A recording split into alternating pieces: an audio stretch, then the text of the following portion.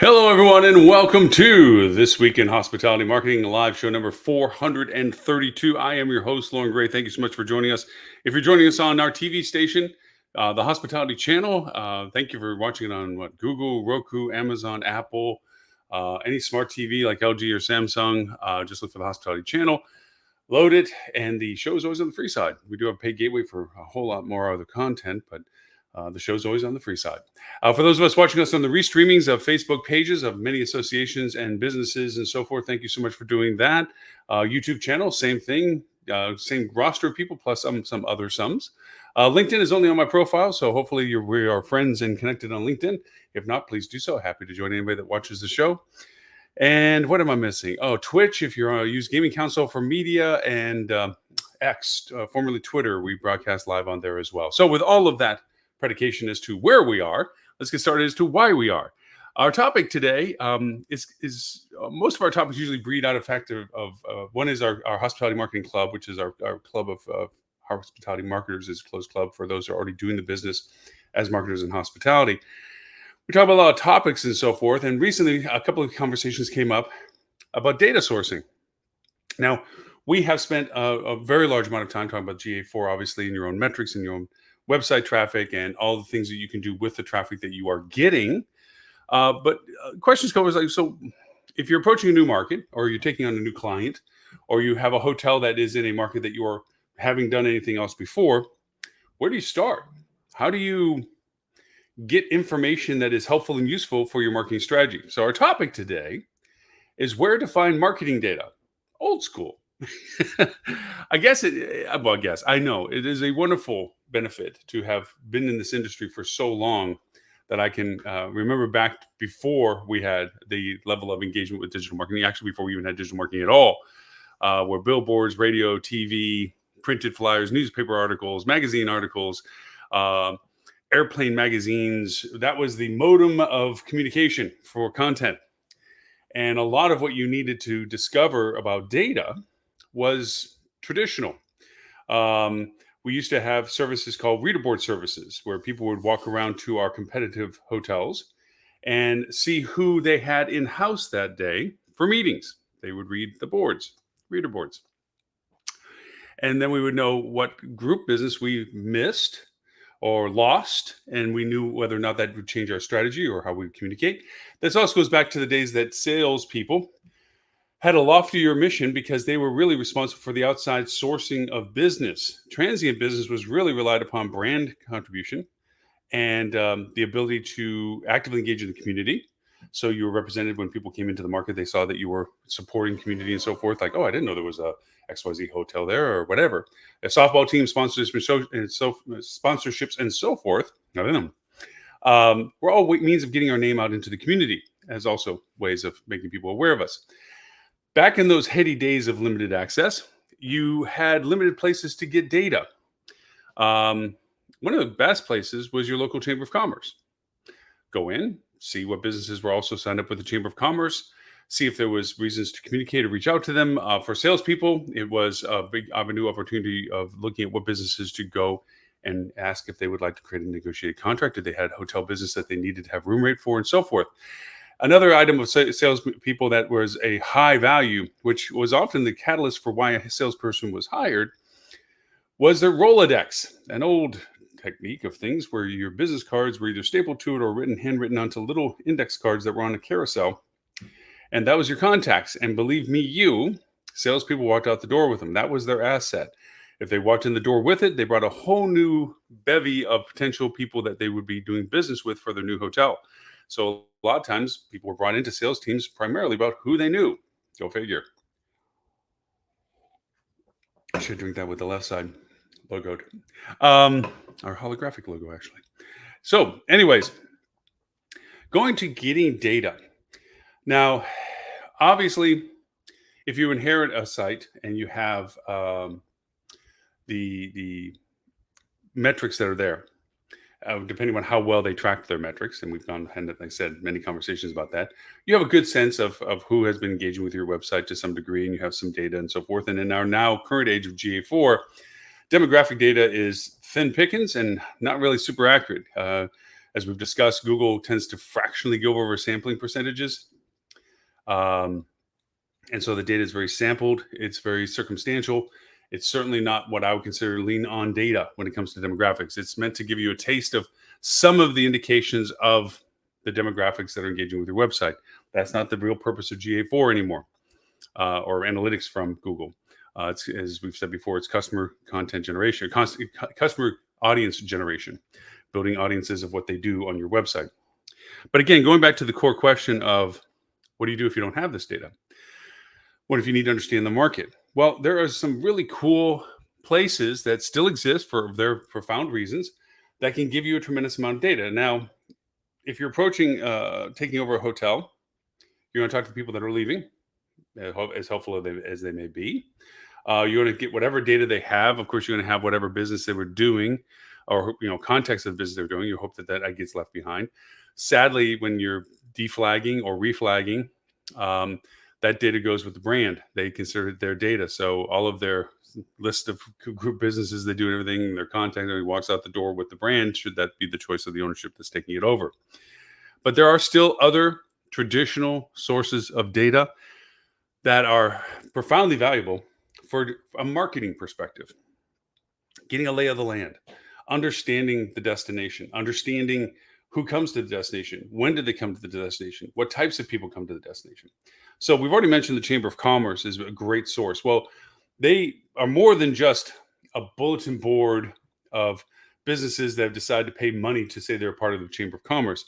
They're a good litmus test as to the active engagement health of the business community in your market. Some chambers of commerce are very figureheadish and lack the engagement with their businesses because they show no value perspective for them. And so they don't have a heavy roster. It also means they don't have a heavy representation of data that they share with the business community. There are free versions of content that the Chamber of Commerce offers, and then there is paid for, meaning you are a member of the Chamber of Commerce, that information is shared with you as well. My first recommendation for any business: join your Chamber of Commerce. It is an expense, but it is a worthy expense. It does several things for you. One, it solidifies your commitment to the community that you are now a part of. Two, it gives you an open pipeline of a means of communication with people that you wouldn't have an excuse to go to and talk to before. It's great lead gen, let's put it that way. And three, it's an active representation of you being in the community to the public. Those three reasons alone is justification for whatever expenses related to the Chamber of Commerce. Any aspect of that would be a high value to you. The next level up, depending upon your destination and the value of your destination as to whether there's a needed organization for this, is the Tourist Development Council, TDC. These associations are related to driving business to your market. They're the ones that are out to actively create an awareness of your destination for transient business. Any business in general is what they're trying to highlight. They're trying to highlight the events and activities in your destination, the unique amenities of your destination, the convenience of your destination. They're trying to solicit other locations to collaborate in referring to them for places of destination. They create collaborations with other destinations. They do a lot. That's a great organization. One that you pay for, usually in bed tax or in some sort of community pool of finances that go towards their existence. And it's usually by taxations. The next group of people, and I'm going to lump these together in the discussion here in just a minute, is your Convention Visitor Bureau, the CVB. This organization is a lot more robust because they are, for all intents and purposes, really the sales arm of your destination.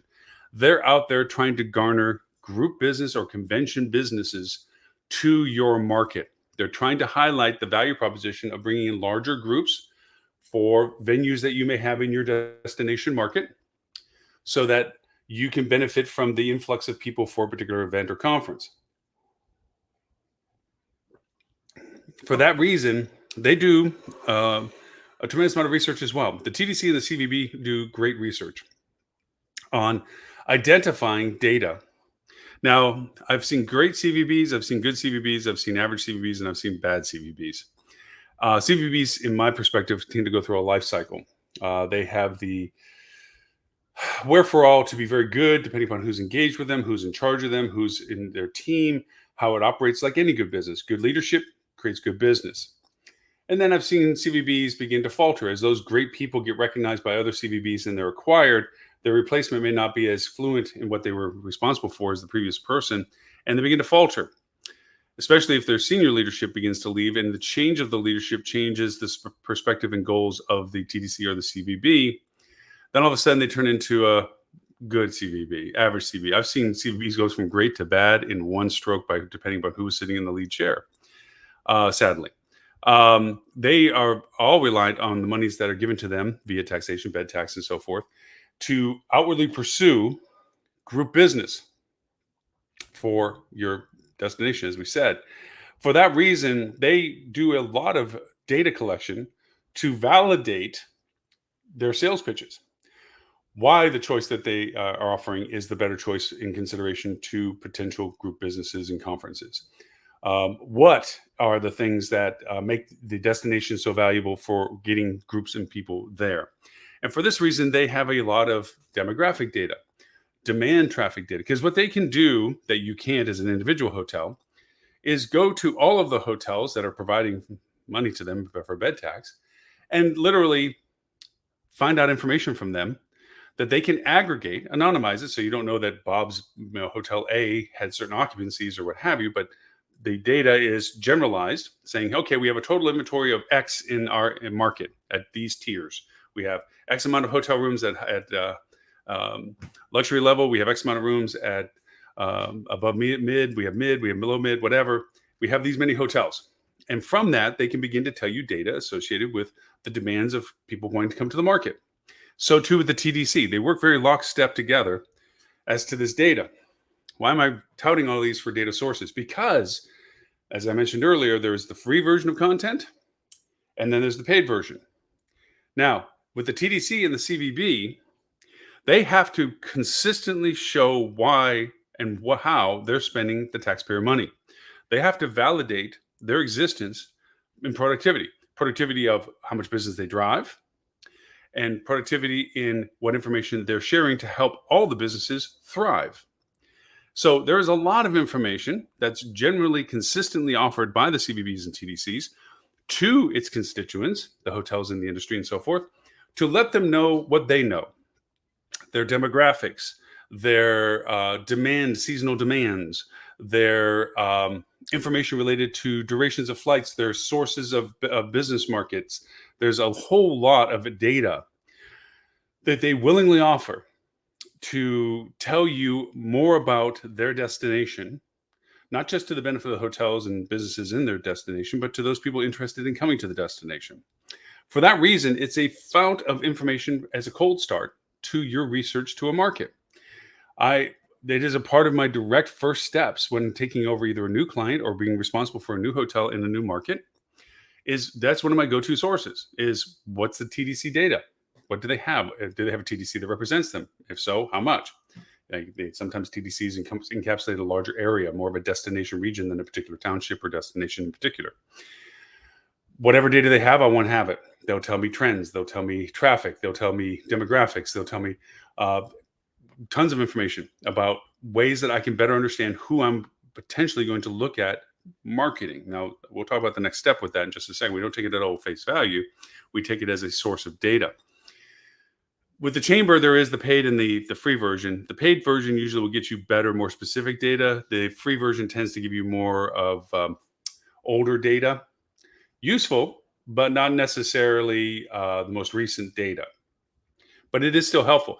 It's reaffirmational data that can be compared to the other data that's being offered by the TDCs and CVBs to make sure there's a continuity and consistency between what everybody's saying. Because there will be variances. If a TDC encapsulates a larger area, they're going to include all the variables of the included area. One destination may have a higher demand of a particular type than your destination, but your chamber can help purify that by looking at what it says is actually coming into your particular market compared to the generalized data of the TDC or the CVB.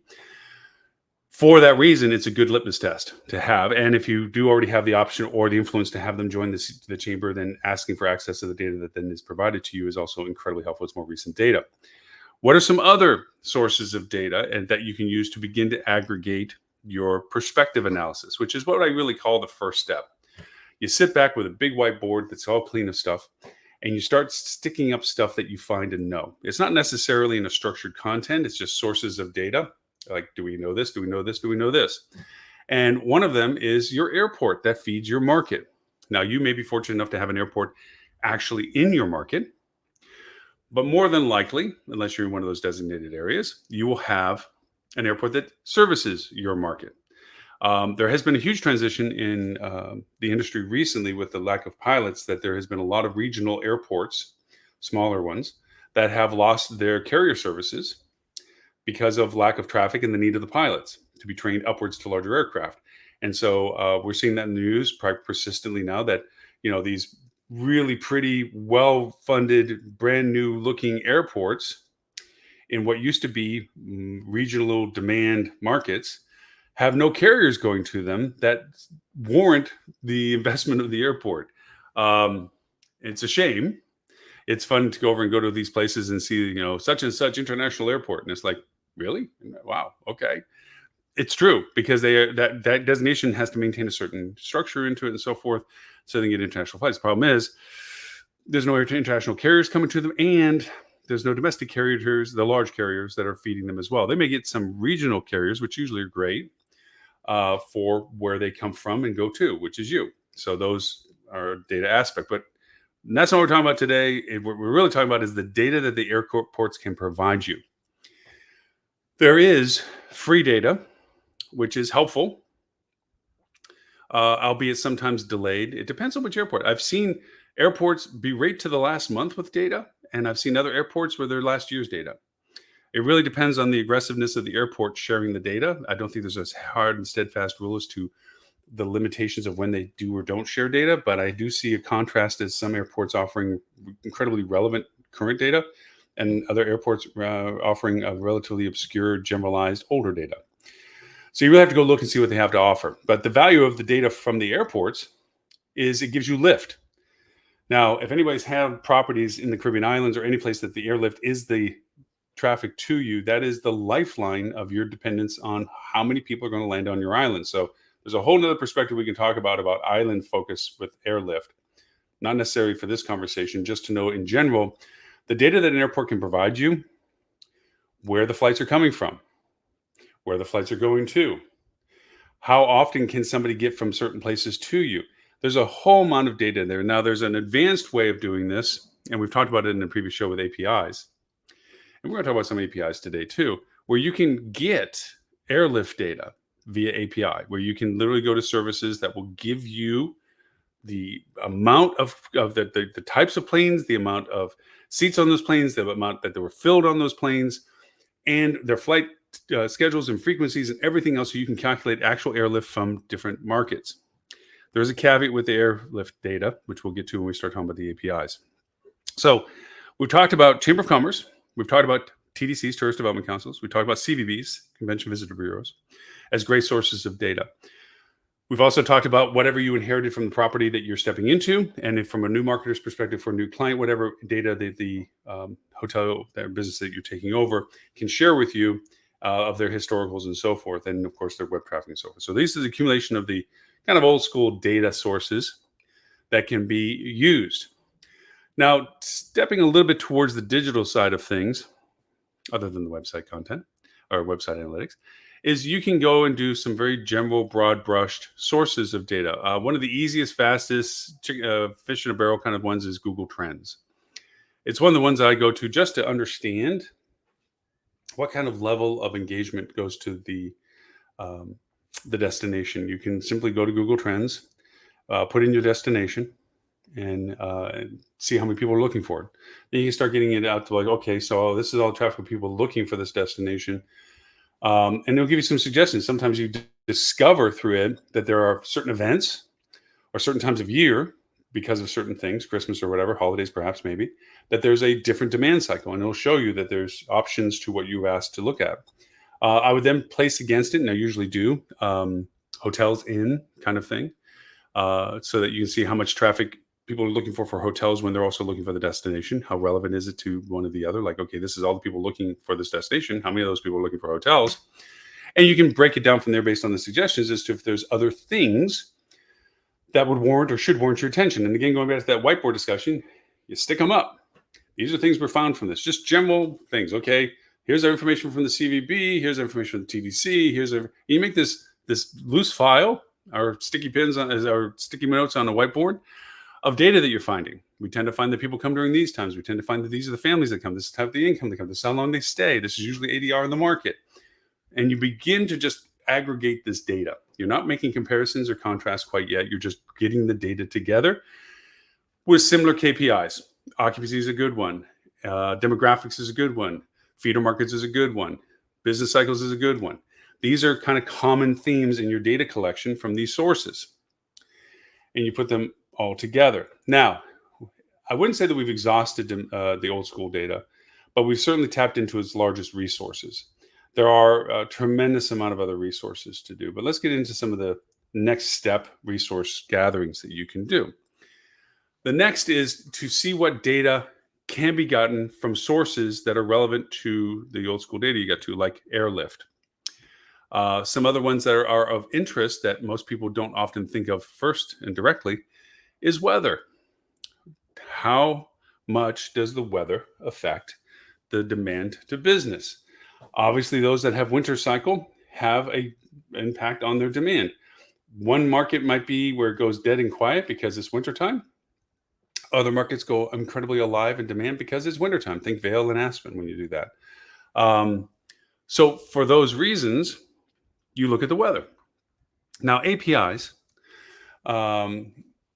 these are the technical ways of connecting data source. You can go to platforms. Now, there's free data, which is old and relatively stale, but historically relevant for demand patterns. Or you can pay and get more relevant current data. But let's go back to the airport API example. So I can go tap an API for the airport that feeds the market, if it's lucky enough to be in the market even, as to all the flights at any time, whichever month, that come in, from where, go to where, and occupancies of those.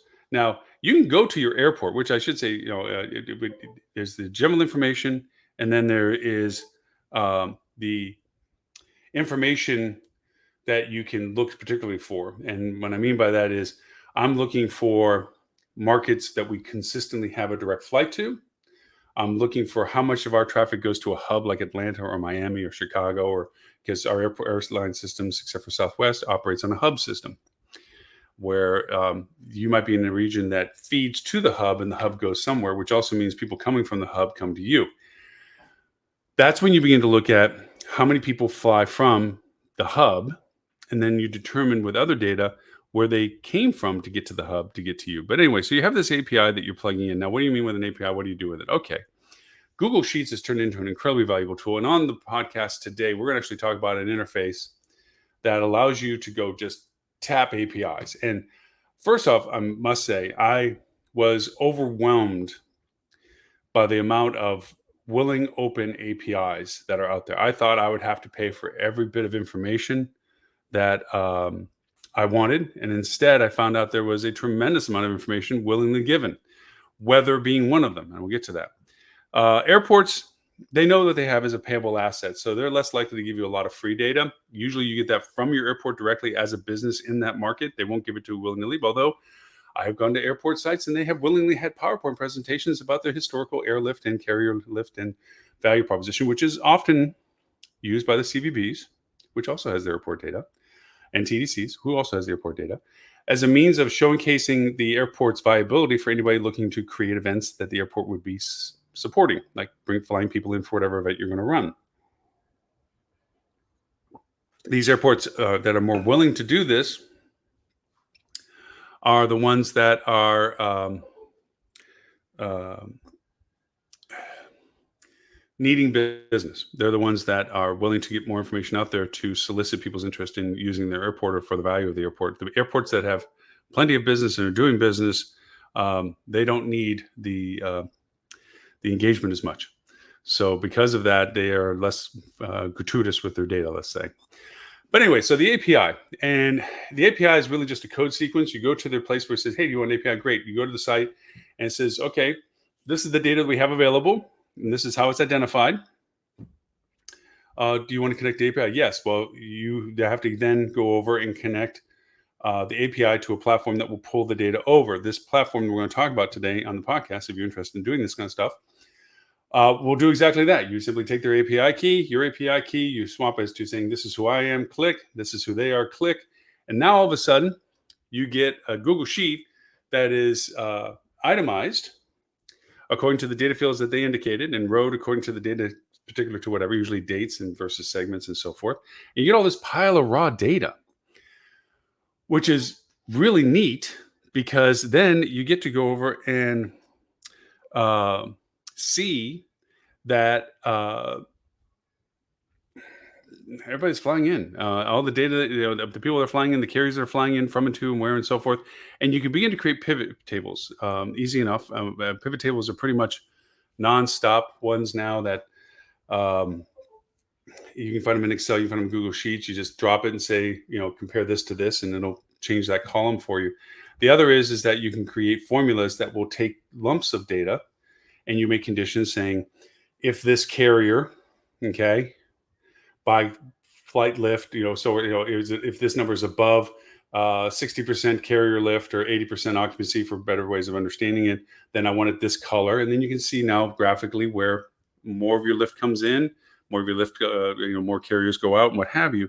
The idea is that you're looking for patterns and trends and the amount of contribution that is given by these. So, for instance, if you go over and take this API for an airline or for an airport and you put it into a Google Sheet and you start looking at, well, who brings in what lift and when, and you see the peak time. So you now match that, you begin to match that to your business trends that from either the historical occupancy numbers that you inherited for taking over the hotel, or if you're an agency stepping in, what they tell you is their business cycle.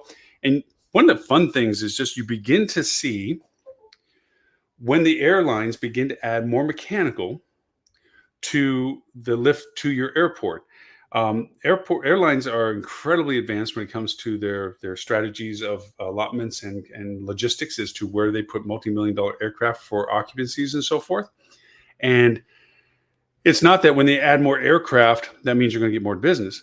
It can and usually does, but not all the time. What it does do is indicates when they feel like there's an opportunity for revenue generation.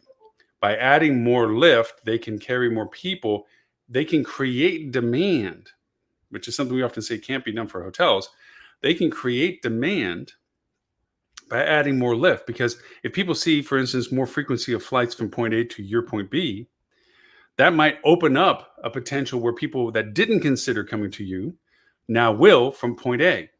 And that, logistically from the airport, they have these particular planes. They have no eminent area where them to go. It's more beneficial to think that they can increase the business level from that incrementally a certain percentage, which is much more valuable than the smaller incremental percentage of growth that they would put it by putting the airplanes elsewhere.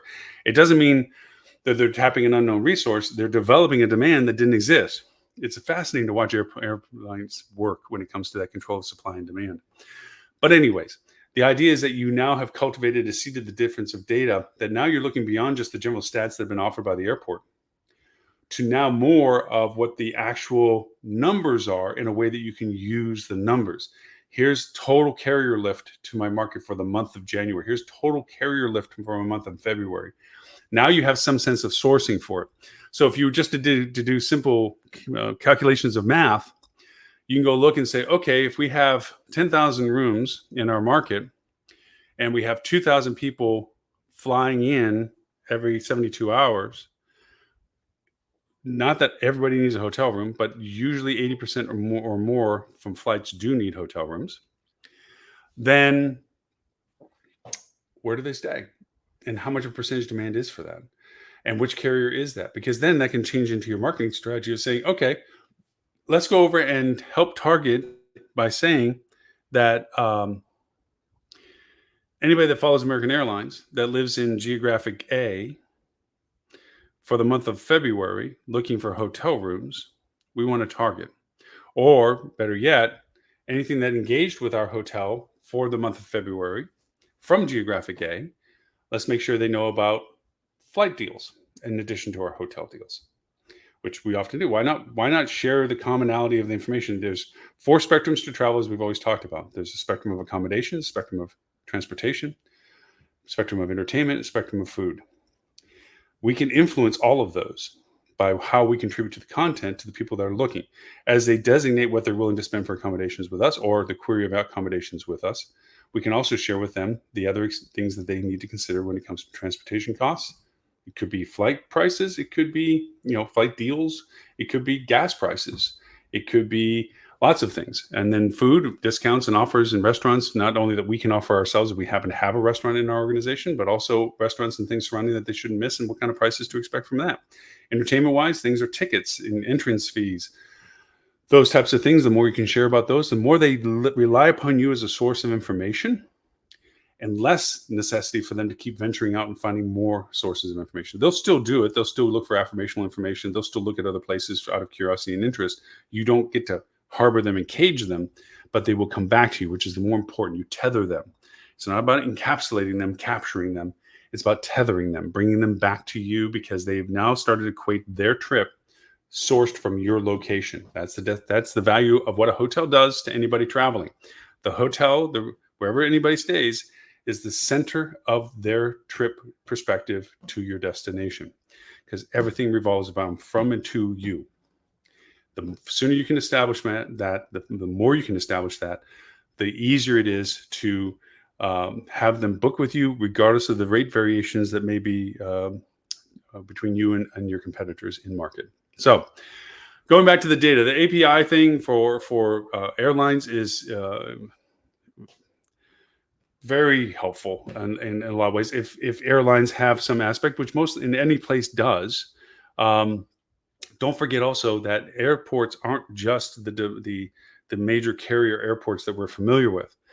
There is a tremendous amount of municipal airports and commercial type airports, executive airports.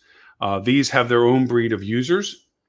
Yes, you like to think of them as the jet setting and expensive people, and for the most part, that is easily possible for that. But the reality of it is there's a lot of people that have planes instead of cars, and they travel that way. The little Cessna 170s and what have you. And yes, you're not talking about your average medium income family to be able to afford a plane. But you are talking about a set of people that do need accommodations. If you're the type of hotel that would be interested in staying with, based on proximity, based on value proposition, based on time of year, based on the event that they're coming in for, whatever. So those don't discount those. Also, too, is, and this goes again for more an affluent crowd, those that don't necessarily own the planes that they fly in, or they lease the planes solely for themselves. There is a huge amount of growth in the carrier business of having access to those planes that get leased out for people to pick a seat on. It's not cheap. It is a level up, but then now you're talking about two different categories: the affluent person that wants to do it personally, and then the corporate person that needs the flexibility of their schedule and the convenience of it, and the company's willing to pay for it. That's a whole nother group of people for corporate travel. And again, depending upon your destination, depending upon what you're selling, depending upon what time of year all this is, these turn into very viable resources to explore. So that's the airport API kind of stuff, and the airport data. I mean, to give you some sense of just value propositions to this, a lot of the hotels around airports and so forth, all are pretty much within rate parity and also to offers. The real difference maker between a lot of airport hotels is who gets in front of who first for the person that needs their services. That's really about it. Brand affinity sometimes comes in, but there's so much brand apathy right now. Everybody's a member of every organization. And I'm sorry, a free bottle of water after staying with a hotel for 12 or 10 times doesn't necessarily give me the loyalty that I need to say, oh gosh, no, I'll go over and stay at the Marriott because, I'm eventually going to get that bottle of water. If the price is better in Hilton, and the Hilton airport's right next to the airport, or the Hilton hotel's right next to the airport, right by the Marriott, sometimes in the same parking lot, go figure. And the same shuttle gets used, maybe go figure. No difference, same thing. So for that reason, getting in front of a guest before your competitors in market is the real trick to getting the capture.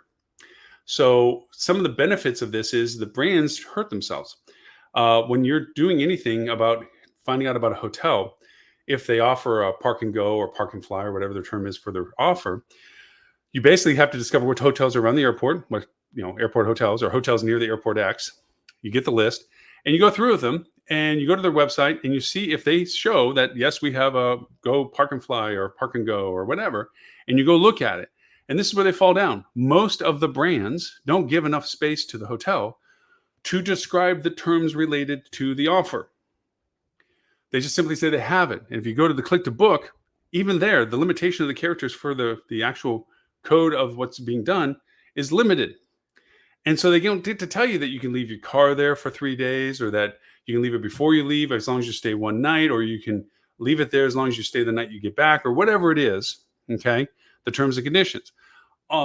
Making something that they can be available to that shows that you have details with it. It shows that you have um, breakfast available to it, or early breakfast for it, or shuttle service, and how often the shuttle service goes. Giving them a helpful link that says, here's the current flight statuses, delays, cancellations, arrivals, as a link to a page that, more content about that. Parking, the idea that the fact that if they don't want you to park and go, but they like the proximity of your hotel to the airport, what's the parking lot at the hotel? So, or at the airport. So if they stay at your hotel, don't use the Park and Fly, but decide they're going to pull into the airport conveniently to avoid traffic and park there. What's the parking lot situation like? All of those things are value assets to conveying ahead of your competitors the same offer that your competitors are offering. So that gives you a sense of that. So going back to the topic at hand of data collection, I mentioned weather.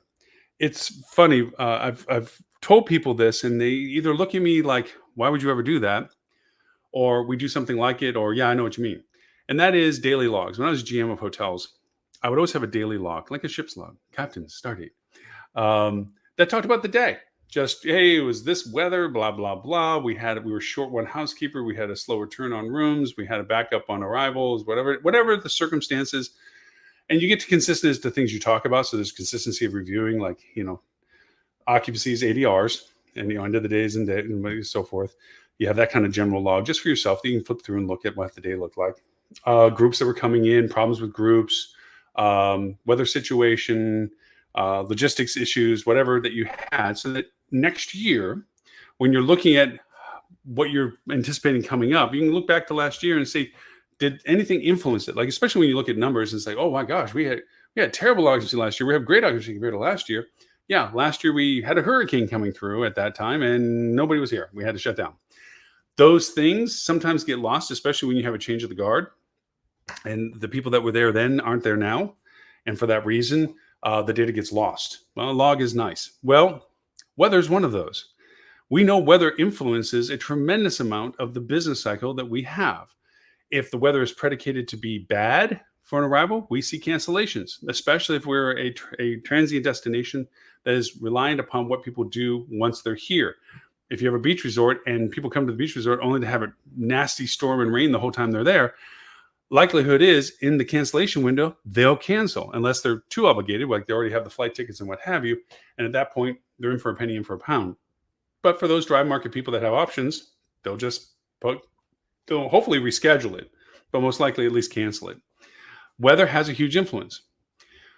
When you start looking at data and you take the data of weather and you compare it against the historic pattern of occupancies and demand and all the other data that we're talking about collecting, you begin to see a pattern of influence that the weather has. I know it sounds like a very Captain Obvious statement, but they have different impacts. Strangely enough, when done to a deeper, longer level, the weather at the source is more of an influencer on booking pace than the influence of the weather at the destination. Case in point, when it gets bitterly cold up north and it stays bitterly cold, you are now officially in winter. There is no forecast in the near future or in the far future that's going to be much better than what you have right now. That's when people begin to look at the definitive choices of coming down to the south or someplace warmer, at least some change of venue. We've known that. We've done it for years. Old school was we used to have our ads set and ready that when the weather snapped up north and stayed cold, that's when we did our "Don't You Wish You Were Here" campaigns up in New York, Boston, Massachusetts, Jersey, all those places, because that's when the ones that weren't just snowbirds that came down before it all happened, but are like the ones that go, okay, we got to get out of here. We got to get some warmth for a little while. to make sure that we can live through the whole winter process. That's when we did the campaigns. Same true, but now for a different strategic purpose when it comes to marketing. If I can see those patterns of weather influence and how they affect both the source of the business and the destination of business, I can better tune the content that I'm creating to be relevant to people in the geographies that makes the impact, with timely messages of offers and information that help them get motivated to get to the point of ZMOT, reserve moment of transaction, to make that conversion. And it's a progressive conversation. It's just not flashing rates and dates. Yes, there's certain channels that you do just pump out the now's the time, click here thing. But more often than not, it's accumulation of a long string of dialogue, content offering, engagements, usually done through social first, then into paid campaigns for amplification, then into content sourcing on your website for authentication. And you do this to best influence people to make their choices. This is the value proposition of the data. So weather has a huge deal to it. And it's fun to make those comparisons when you start overlaying your weather data to your cycles of demand, how in sync by cause and effect they are. It's not like weather goes bad, something else goes bad. I mean, it's close, especially for cancellations, but more of it's like weather change, and then you see the impact of it, kind of like a alternate waves. The idea of using this type of data gives you a good sense of what you need to do for marketing. So going into all the sources of cap of data that we talked about, you look at your TDC data, and it's amazing. I just looked the other day at one place that showed its location, and as a favor to anybody looking at its site, literally showed all the carrier flights and what carrier airline went to those flights, seasonal and non-seasonal. Oh my gosh, that's fish in a barrel. Let's just circle every one of those geographic locations, because some of them were hubs, others were not. And just say those are going to be our targeted points. So instead of marketing to the entire United States in the hopes that somebody's going to be interested in coming to our hotel, let's first start with the places we know we already have lift from. Okay, this isn't a drive market decision. This is an airlift decision. Let's look at all the places we already have airlift from, make sure we have active running campaigns in those markets based on the history of that feeder market's value. That's the key element to it. Is it's great that you want to advertise in Chicago, but people in Chicago, when you look at your folio, should you hopefully have that wasn't taken with you if you took over the hotel, but if you're coming into it and you have historical data, when do people from Chicago mostly come in? And you begin to see that, then you go to your website traffic and see when geographically people in Chicago were looking to come to you. And then you look at your data of your airlift, of seeing the carrier lift that goes to and from Chicago, and you begin to see a sequence of similarities between all of these to go, what we need to do? We need to start engaging Chicago in this date sequence with this content already developed on our website to go to and feature and point out. And we need to target it along with the airline carrier lift time when they start offering lift from there and when they can book tickets. Remember, it's not just this lift starts and that's when you start. It has to go well before that, because the minimum window for buying tickets should at least be 14 days, if not more. Usually 21, 22 is the days that most people tend to buy tickets from. And depending upon the distance of the travel, that even goes farther out. Okay. If it's shorter travel, it goes farther in. These are all trends we know. These are all things that you learn. If you don't have the data already to identify, this is the data that teaches you this. And so you begin to look at it saying, we need to have these campaigns set up for Chicago. What about this content related to things on our website specific for the things that Chicago travels for? If we have geocentric rates and so forth that need to be amplified, we need to talk about social dialogue as a lead-in for communication engagement, then amplify it up with paid campaigns. Then we have to go over and put our paid campaigns pointing to our website with the content to it. And we need to keep those specifically targeted. And let's create a KPI threshold of the conversions and how much money we're willing to spend based on what we think we're going to get based on the traffic volume that we know exists in this market. These are the modalities of targeting your marketing strategies. And you do that for all the other places that have the airlift that you already have identified. That's one modality of using this type of data. The other is just the general awareness that certain people love your market. They come there for certain reasons during certain times of the year. And there's certain things in your market that people are very interested in when they are there outside of the events that may drive them, the time of year and the things that they can do during that time of year. Make a list from all of the TDC data, CVB data, chamber data, your airport data, your inherited data that you've gotten from the the property, should you be able to accumulate that it wasn't taken away from with the previous ownership, if you're new to handling over the market, if you're new walking into the market. This advice is not just for the marketers that step into a hotel. This advice is good for anybody stepping into a role in the hotel that requires their awareness of this data. If you're going in as a marketing manager, if you're going in as a revenue manager, if you're going in as a operations manager, whatever it may be, you need to know this kind of data. So there you have it. My name is Loren Gray. Thank you for the privilege of your time, and I look forward to talking to you all next week.